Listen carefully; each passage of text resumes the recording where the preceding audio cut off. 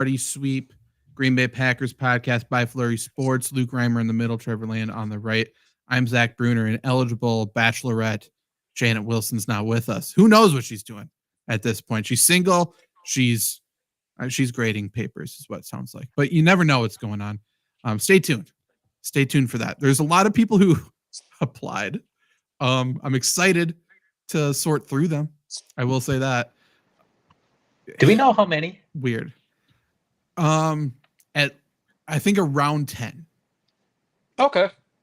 Which is a fair amount. You know what I mean? Like that's. Yep. If it got to 50, I'd be like, where were you guys when we were up for an award? That's what I would be asking. If it was 50, I would be. Let's get 50, and let's see what I do. How about that? Everyone apply, and it'll be a fun thing. But Packers are off their bye this week, so obviously rested up, everything good to go. Spoiler alert, injury report. We'll do this right now. Everybody practicing today, some in limited fashion, but it seems like everyone's going to go, which is awesome. I think even including Marshawn Lloyd, I believe rookie running backs coming off of IR. We'll see how much they actually use him. Emmanuel Wilson's been pretty good, so they may split that. You know, I mean, first week Lloyd could almost just take the Chris Brooks role, which is essentially nothing. We'll see, but injury is not that big of a deal. We play the Bears this week. That is a big deal. Do you think, okay, so Bears obviously in the news. We'll start with this. Bears just fired their offensive coordinator. Do you think this is the perfect time or the worst time to play the Bears? Because it's one of the two. Perfect. Is it? Yep. I'm a little afraid. I think we're always afraid when we play the Bears to a little point because you just can't lose to them, right? Yeah. Not from like being a play to scare them, but like worst time. Yeah. Or best time, excuse me. Because if the Packers, and I've been told by my girlfriend who's a Bears fan, I'm going to be gentle to the Bears. If the Bears lose this game, their season is over. No matter what happens, they could win out. Their season's still done, and we know that's not going to happen. Like you lose to New England at home the way they did, then you lose to the Packers at home. Phone it in. This whole coaching staff is gone. I think they're gone no matter what. Do you guys think they're gone no matter what? Yeah. And the Bears ownership is, and I've said it how many trillions of times, it's like the worst, like one of the worst ownerships in professional sports. Mm-hmm. Caleb Williams is your prized possession, and you're going to give him a new coach in his second year. That's fucked up. And they've done it every quarterback. Yeah. I agree, but they need to bring in an offensive head coach because then they get to pick it. It's going to be the guy Caleb picks, and it's going to be good. And then they're also at no risk of leaving because if you get a really good offensive coordinator, they can leave.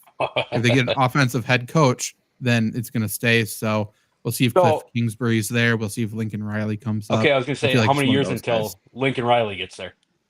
I mean, it's going to be rumored. If the Bears lose this week, it's going to start being very heavily rumored starting next week. Yeah. I think. Yeah, I mean, they've been outscored 41-12 against the Cardinals and the Patriots. Like that can't happen. No way. Yeah. Only thing I will say is don't even call Bill Belichick. He doesn't want to coach there. I don't want Bill Belichick at the division. That would be the most terrifying thing of all time. I do not want that. So the Bears would have the worst head coach. I won't say anything. We might already. It's up for debate. We don't have the worst play caller. You know, same guy, but different roles. Anyway, Bears change their offensive coordinator. Usually when there's a head coaching firing, there is that head coach bump. We've seen it with the Saints. We saw it with the Panthers. The team just plays better. There's that morale for that first week. I don't know if that's the case for offensive coordinator, and it's certainly not going to be the case on the defensive side of the ball. So we'll see. The whole thing with this Bears offense is Caleb Williams is getting the shit kicked out of him every single play. And it is coming from an offensive line guy. I'm going to say it's about 80% Caleb Williams' fault. I do think that's true. So we'll see if that changes. Either the Packers defensive line, which now is without Preston Smith. So it's going to be a lot of Lucas Van Ness, a lot of Devontae Wyatt, and Rashawn Gary doing Rashawn Gary things, I suppose. I think they can get after Caleb Williams quite a bit. If they put pressure on him, Packers are going to win this game very easily. If somehow Caleb Williams gets the ball out on time and they start doing those little dink and dunks to Keenan Allen and to Cole Kmet and stuff like that, It's a whole new ball game. Like, this is a different Bears team than we've seen. It would be the third year in a row where the Bears start the season with an offense that very clearly will never, ever work. And then mid-season, they change and they look great. They did it with Justin Fields twice in a row. Makes no sense. I don't know. Anyway, looking at the Bears injury report, because obviously that's a lot more expansive than ours. Players who did not play or did not practice today: Montez Sweat with an ankle. That's awesome. Tavarius Moore, D-back with a concussion. Tevin Jenkins, a guard with an ankle. That's awesome. Jaquan Brisker is still out with a concussion somehow. And then Kieran, I can't pronounce his last name, but he's a rookie tackle that I like. He is out with a calf injury as well. So their offensive line is beat up. Jaquan Brisker is a fantastic player who hasn't played in almost 2 months. Yep. Like that. Well, that's insane. So Bears are beat up. They are scrambling. Theoretically, this is a great time to play them, but yeah, it's just that fear. Like, you can't lose to the Bears in a week where they're scrambling. That's terrifying to me. I don't know. Yeah, I get it. I'm confident. I'll say the same thing I say about, I mean, we've been in the show 4 years. This is probably what, our 9th Bears show. Like, I've said the same thing every time. The Bears fucking suck. I hate them. I hate everything about the fucking Bears. The fans are horrible. The ownership is horrible. I guess general manager is actually kind of fine now. But like this, the Bears Debatable. fair. The Bears put their eggs into Caleb Williams' basket, which fine, I get it. I didn't necessarily think that they needed to. I thought Justin Fields is all right, and they could try to beef up an offensive line, maybe get a Marvin Harrison, but whatever. We're seeing that the kind of the rookie wall from Caleb Williams, right? To your point, Zach, like, he's holding on to the ball like really long. He's trying to make plays by himself, like he was doing at USC. Like, this is a game that Rashawn Gary, that Lucas Van Ness should absolutely just fucking plow and take Caleb Williams, shove his face right into that fucking ground and say thank you, or tell him thank you. Like, I'm not worried about the Bears here. The defense and the defense is all right, fine. If you can run the ball against the Bears, you'll be fine. If you can get safeties to cheat up, you can get, you can hit Jaden Reed on deep crossers. You can hit Christian Watson deep down the field. You can hit Romeo Doubs on the sideline. So really, it all comes down to this run game, right? I love Tyrion Marshawn Lloyd practicing. If he gets some run that spells a little bit for Josh Jacobs, I think the Packers can run the ball in this game, and I think they will. Like, and that's only going to help Jordan Love. So I think I agree with you guys 100%. You can't lose to the Bears. That's where the fear comes. You can't lose to the Bears, especially in the spot where the Packers are in the 7th seed right now. But I think that fear, you take that fear out, because the Packers are just a better team. You also can't lose to the Bears just because Caleb Williams is the most soft baby shit quarterback I've ever seen in my life. Correct. He's such a bitch. Like, we have to beat him. We cannot. And if we have all of these Georgia dogs on our defense, they need to be the ones saying the worst things humanly possible. Yes. To Caleb Williams. They need to be. I want someone thrown out of this game. Truthfully, like, that's what. If we have a Georgia defense, that's what they do. They do things they're not supposed to do. So let's do that. I need to see Bears. I need to see him cry. For sure. And this is a game too. This is one of the few teams that, the Packers kill themselves so many times. This is one of the few teams that year in and year out, they will beat themselves up more than the Packers ever have. So all you have to do is just let them do it. Just let them do it.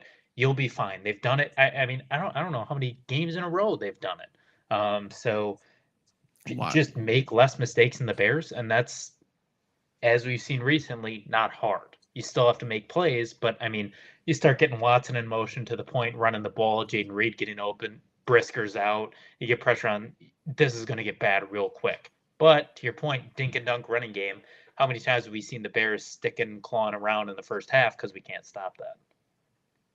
That's why, I mean, we can jump into like how Packers need to beat the Bears, like keys to win. Obviously, getting pressure on Caleb Williams is a given. I just think philosophically, we just cannot give up the big play this game. If we can, and don't be over aggressive, truthfully, if we punt, our punting game is so good right now, and force the Bears to drive the entire length of the field every time, and we just play on our heels and don't let them get behind us, they will make a mistake. Just capitalize on that mistake. Just don't let them Don't let DJ Moore go 80 yards for a touchdown. Don't let DeAndre Swift break that first wave on defense and then break a big run. Just if we don't allow that, we will win this game pretty easily. But time and time again, there's like these little trap games, and we keep. Who do the Packers play the week after? San Fran. That's yeah. like we can't lose this game. This is such a trap game. Coming off a bye. Oh, we got 2 weeks to prepare. Let's start. Look. Oh, Christian McCaffrey's back. Let's watch Christian McCaffrey. Oh, let's start preparing for Christian. Oh, the Bears fire their offensive coordinator. Great. We'll just take care of the Bears, and then it's Christian McCaffrey. It's Deebo Samuel. We can't lose this game because if we lose this game, oofta. Yeah. Niners is going to be tough to win. Well, and a weird thing that I'd like to hear your guys' opinion that I think is an advantage is that it's in Chicago. Those fans quit on that were at the game week 1 last year quit so early. If they start hitting Caleb Williams, they're gonna start, careful. No, careful there. They're gonna start booing. They're not gonna wait till half. They are going to start booing at the end of the first quarter. And once those boo birds start raining down, if they're down 2 possessions, call it. Make it a running clock. Whatever. Game's over. We said this on a different show today, but if the Packers get up early in this game, not only will the fans quit, I think the defense quits in this game for the Bears. Absolutely. Like they, at some point, there's only so much that defense can do, and they're going to start quitting in this game. The fans are going to be leaving. The fans are going to be booing, and that's great. If this game is competitive, if it's a 1-score game, even if the Bears are winning, if it's tied at halftime, we just can't give this team any hope. We can't give this franchise any hope. They deserve nothing. We should give them nothing. Correct. That's what this is. Correct. Luke, any other keys to the game or whatever? No, you say? like I said, run the ball. Run the ball. LaFleur likes to run the ball. Just run the ball. Don't make anything too hard than it has to be.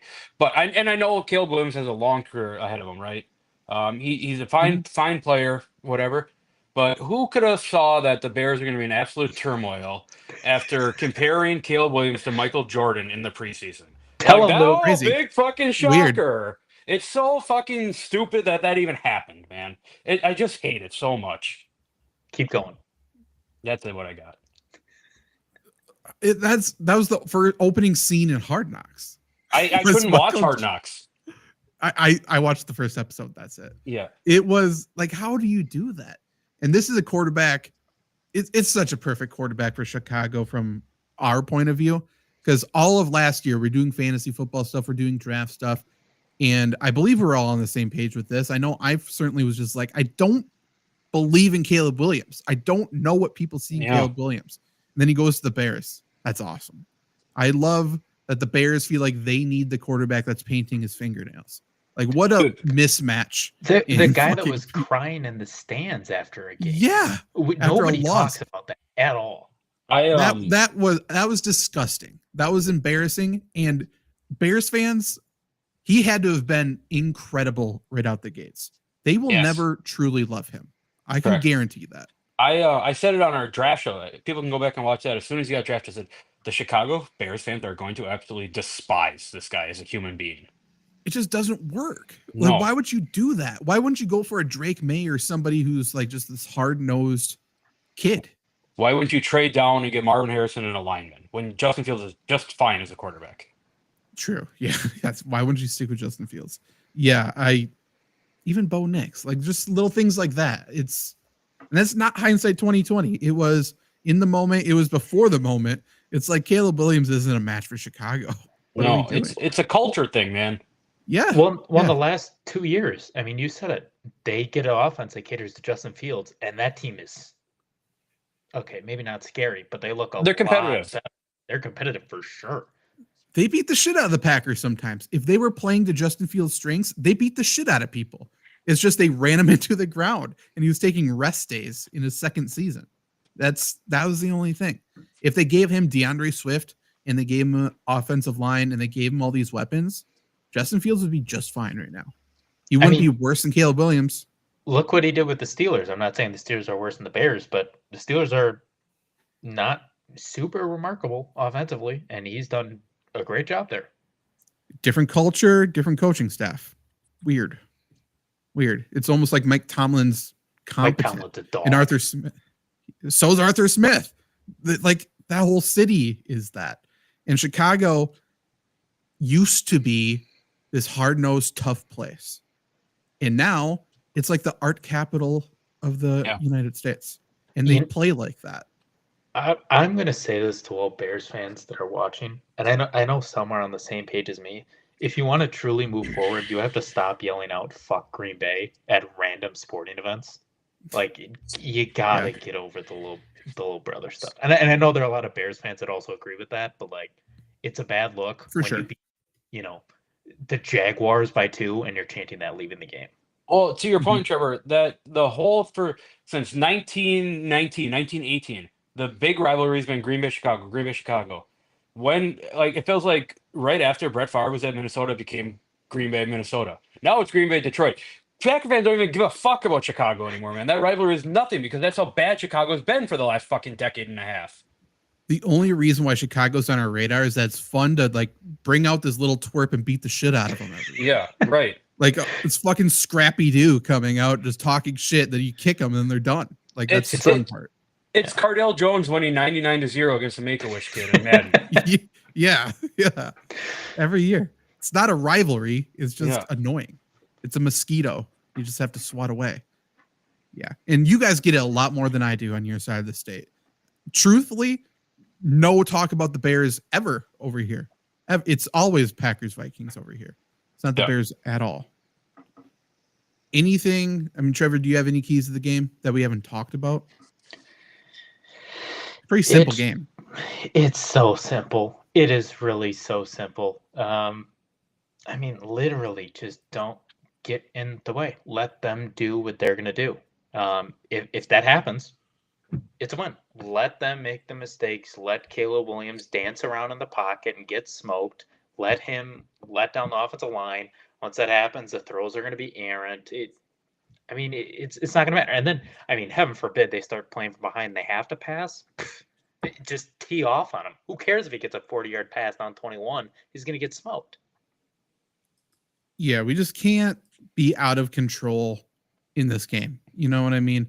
It's not just defensively playing on our heels. It's just don't commit the stupid penalties on kickoffs. Don't commit the holding penalties on first down to put us behind the chains. Let's just play under control. We can even think a little bit. I usually hate thinking on the football field because it just leads to bullshit. But if you think a little bit, the Bears are bad enough where we can think, make the right move. Jordan Love, look to who you're passing to. Look around. Is there people there? Just take the sack. It doesn't matter. We'll punt it, and then we'll intercept it and probably bring it to the house. One thing for me, do not receive the first half kickoff. Kick it to the Bears and send the house at Caleb Williams. Even if they score a touchdown, which is worst case scenario, he will be scared out of his fucking mind. Because he will not have seen. And the crowd will be, if they go 3-and-out first one, crowd is done. Incredible. They will be pissed. Yeah, I'm usually on the other side where you want the ball and score right away, but I agree with you guys 100% here. Because if the Bears get a stop, there's that hope you were talking about. Yeah, can't do it. Can't do it. Luke, we should get, okay. So Packers favored by 5.5. Yeah, I'm taking the number. I'm taking the line. 40.5 over under. So Luke, what's your score prediction? I'm doing 27-17. I'm doing 27-14, Green Bay. I think they have it handily throughout the game. You're right where I was, 27-13. Yeah, I think it's going to be a little high scoring. I think the defense is actually getting to the end zone, possibly, maybe on both sides. I'll go 30-20. I think the Bears can put up points. I guess I should probably stick to my common theme of my score predictions in Bears week on the show. So I'll say like 358-0. There you go. Yeah. No hope. Nothing at all. Luke, what do you got? You have a game. I got a little game. This is a thing that's been run into the ground so much by people on TikTok and podcasts and stuff. But I just 5 players. You guys got to come to a consensus blindly ranking them. 5 Packer players, and only rank them based on their time with the Packers. Okay. First player, Kevin King. 5. Oh, it's not ranking the players in order. You gotta rank them, and then I'll give you another one. Give me your Yeah, ranking. so it's blind ranking. So we got to set them, and then we get the next player. Yep. Oh, fucking 2. I'm fine with that. Wait, no. Wait, You guys- Kevin, you guys Kevin, come is too high or too low? 1 is number 1. 5 is the 1 is the 8. best. 5 is the worst. Oh, 4. Jesus Christ! I thought we were doing 10. 4. Sorry. Okay, 4. Fine. 4. Second last. Oren Burks. 3. I know where this is going. Yeah, 3. Brett Hundley. 2. He was fine. Did he Wasn't win good. a game? I think he won a game or 2. Yeah. He never won a game at home. Who cares? That's fine. We don't win games at home now, anyways. So Okay. Anders Carlson. You know, Anders Carlson did some things. I'm a Either gambling man, though. 1 or 5. I know. I might go 5. yeah, let's go I might 5. Luke likes this. J.K. Scott is your one. J.K. Scott was memeable. He had a good Yeah. year, right? I was driving home. fun. I was driving home. I was watching that on TikTok while I was driving home, and I thought, who are the 5 worst Packers that I can think of right now? And I'm going to bring it up on the show, see how they rank and blindly rank. You know, Legitimately, J.K. Scott might be number 1 on that list. Yeah. You know Because he who had else you one can good include? season. Martellus Bennett, who gave up like immediately. Yeah, that He- one he was- wasn't great. But he was okay for like a game and a half. He Yeah, stuck but up he for was there Rodgers for at like one 3 time, games. Yeah, true. and then immediately Yeah. bitched about the whole team. Yeah, he wasn't a McCarthy guy or a Mark Murphy guy. And I can't say I fully blame him, but you know, fuck Martellus Bennett. Yeah, okay. I got one more thing to bring up. Okay. I totally forgot that for like the NBA Cup, that like all the games just aren't in order. Yep. No. Yep. There was a whole day yesterday. Now nobody's played in the NBA Cup. It's incredible, the structure of this tournament, man. And They couldn't have done it worse. Yeah. and you can't say it doesn't matter because the Bucks beat the crap out of the Raptors and then said, no NBA Cup, we're going to lose by 18 to the Pistons Yeah. at home. It's Fire Doc. It's Rivers. incredible. It's incredible. I want to know. I want to be in the room with the board who decided, Yeah. who designed it, whose idea it was, who crafted it, and I would like to ask a couple questions because there's no way, like there's no worse way to design it. It was 1,000% somebody who watched soccer in the UK because this is how some of their competitions go inside the country, and somehow it's even worse. So it's clearly somebody who's watching European soccer. And you know what makes it even that much better? Like imagine you're sitting there thinking, you know, like what's the worst we can make this? Oh, we can do some games here and then just like take a whole week off and then do the next games. Oh, I know what we can do for a cherry on top. The most eye pleasing colors for a basketball court to watch TV. They had to do it just so people know what the fuck's Right. happening. Yep. This is a tournament night. It's so you know good. how many fans are in that? At least half of the arena are like, "What the fuck is this court?" It's Like so they had no good. idea there's an NBA Cup going. They have no Yep. idea this is a thing. Like this is And- their court this year. This is terrible. And then the cherry on top of that cherry is that out of all the places they could have put the final 4 games, not the knockout rounds, just if you win the first round of knockout rounds, Las Vegas. They couldn't put it in Madison Square Garden, couldn't go, Nope. to the Garden in Boston. No, let's go to the middle of a desert in Vegas where nobody's going to want to go right Oh, after it's Christmas, so by the good. way. And doesn't matter if you win. You don't get the automatic first round bye in the playoffs. Nothing. Automatic home court advantage. You get $500,000, which is like less than the minimum. The tournament means absolutely nothing, and that's what makes it so much better. That it's a complete LeBron thing that the Lakers rose a banner for it last year, guys. Mhm. And Embarrassing. people care. Yeah, it's so fucking stupid. I love it. I love everything about it. It's just so fucking stupid. I will say though, we need one of the franchises that have no banners to get this, and then win Yeah. nothing else ever again. You need the Grizzlies, Because like the Clippers. And Timberwolves, like just Yeah. give us something. you know what's even better? The ticket prices for NBA Cup games are like purposely marked up, which is also Yeah. hilarious. There's no difference, but we're still marking them up. And the best part is, if you don't get knocked out, you still play a random game with So a random fucking team that we stupid. have Yeah. not decided yet. Yeah. It's The so fact that annoying. these games count for regular season games too.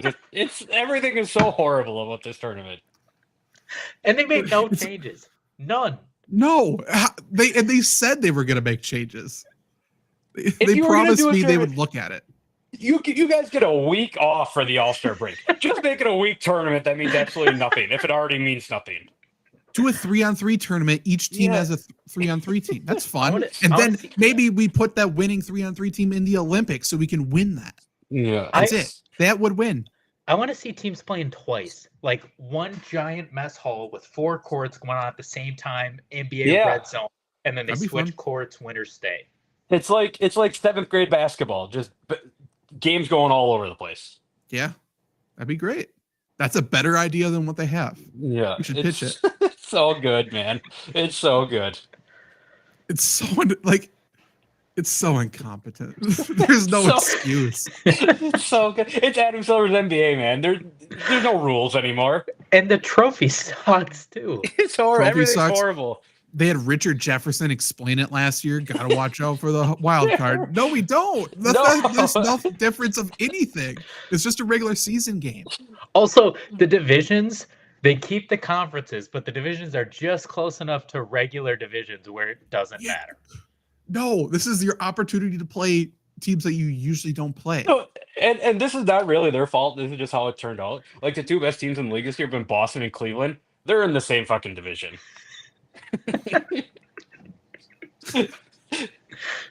And Come doesn't on. the East play the West in the final too? Yeah, Yes. I don't So know. Yeah. only one of the Yes. teams gonna make it. It's gonna be You're like right, that's my Cleveland point. against the fucking Hornets. It's not even going to be Hornets. Cleveland against Boston in like the quarterfinals. One of them's coming out of the division. That's it. Right. Well, maybe 2 if they get a wild card. Maybe. Yeah, one could be a wild card. That'll be fun. Oh my god. There's another division. It's like Oklahoma City, Dallas, Denver, and like Golden State. Like 4 of the other best teams, and the other one's the best team in the division, like nothing. fucking Portland. It's so Yeah. fucking stupid. Exactly. Then you have Minnesota and Portland, the Clippers, Yeah. like other crap teams. It's fantastic. And the fact that they base the divisions, they're constantly changing and based on previous seasons win-loss, fantastic. I don't get it, man. It's so It's good. embarrassing.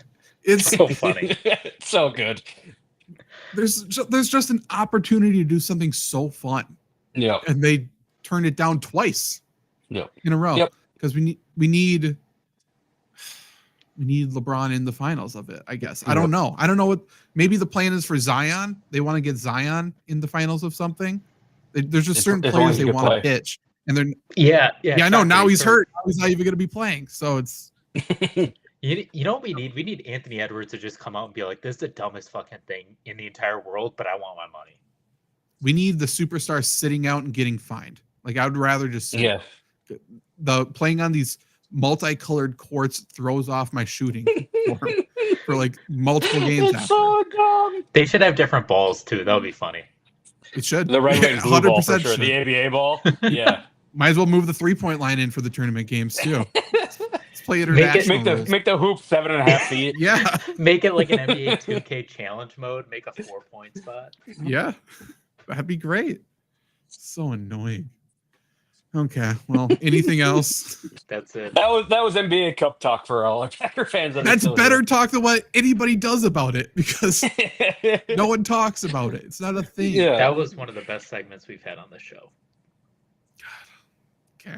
We'll be back next week to review the first week of the NBA Cup, not the first round, because we got a month and then we have the knockout rounds. Stay tuned for that. Okay. Let's not lose the Bears. See you next week. Yeah. Go Pack, go. Go Pack, go.